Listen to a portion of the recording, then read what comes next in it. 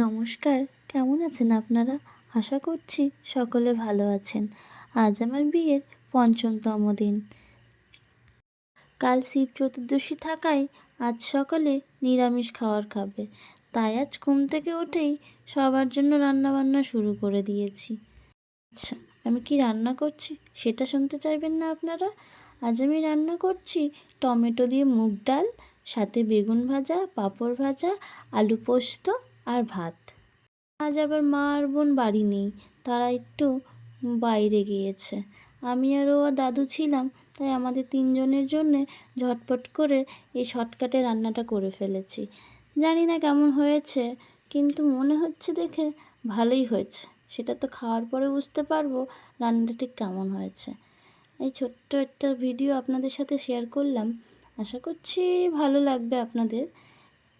দিয়ে ভিডিওটা স্কিপ না করে সকলে দেখবেন, বেশি বেশি করে কমেন্ট করবেন, ভালো মন্দ সব মিলিয়ে।